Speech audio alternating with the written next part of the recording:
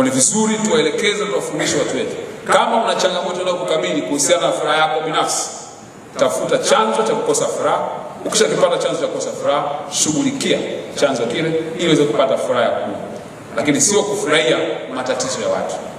Na ndio maana leo wewe unafikiri watu wanaweza wakawa hawakujui, lakini ngoja upate tatizo ndio utajua kwamba ni maarufu. Kwa sababu utatajwa, utasemwa, tulijua tu, afiki mbali, tulijua tu, ataondolewa, tulijua tu. Watu wanafurahia mtu kupata ajali, wanafurahia mtu kuumwa, wanafurahia mtu kupata ulemavu, wanafurahia mtu kufukuzwa kazi. Ni kama vile kwa sababu hana furaha, naamini hivyo vitu vitampa furaha. Hakuna aliyepata furaha ya kudumu kwa kufurahia matatizo wengine. Furaha ya kudumu inatokana na wewe kushughulika na changamoto zako na kuzikabili. Alafu bahati mbaya sana, ukiwa ni mtu unatarajia matatizo ya watu wengine wengi, unategemea kwamba wapate matatizo ndio wewe ufurahi.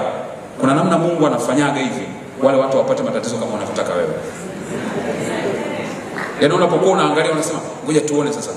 Unakuwa unafuatilia ikoje? Ndio kwanza ananawiri, anapendeza, mpaka unachukia tu mwangalia anapotembea, mwangalia alivyovaa. Unapata stress za bure kabisa. Alafu hakuna kitu kibaya kwenye maisha kama unamchukia mtu ambaye hajui kama unamchukia. Yaani wewe unamchukia yeye wala hana habari, anaendelea tu na maisha. Ni sawa na watu wanaambia ukisema mimi sikusamehe mpaka nife. Unateseka ni wewe, kwa sababu mimi nitaendelea kula ugali wangu, nitaendelea kula wali, nitaendelea kufurahia maisha. Asiyesamehe ni wewe. Kila ninapoonekana utakuwa unanichukia tu. Kwa hiyo tuwafundishe watu kwamba furaha ya kweli haitokani na kuchukia watu wengine.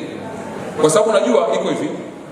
Ukiwa unatafuta furaha kwa matatizo ya watu wengine, yale matatizo wasipoyapata, unajua kitakachotokea?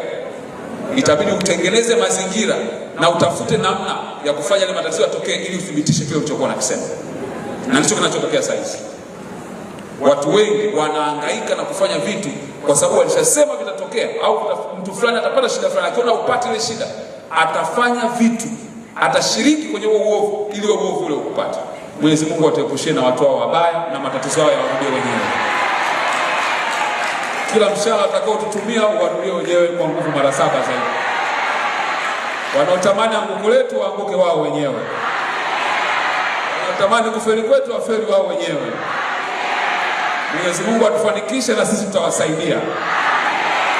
Naombea maisha marefu ili waone takavyostawi wataalamu wa maendeleo ya jamii.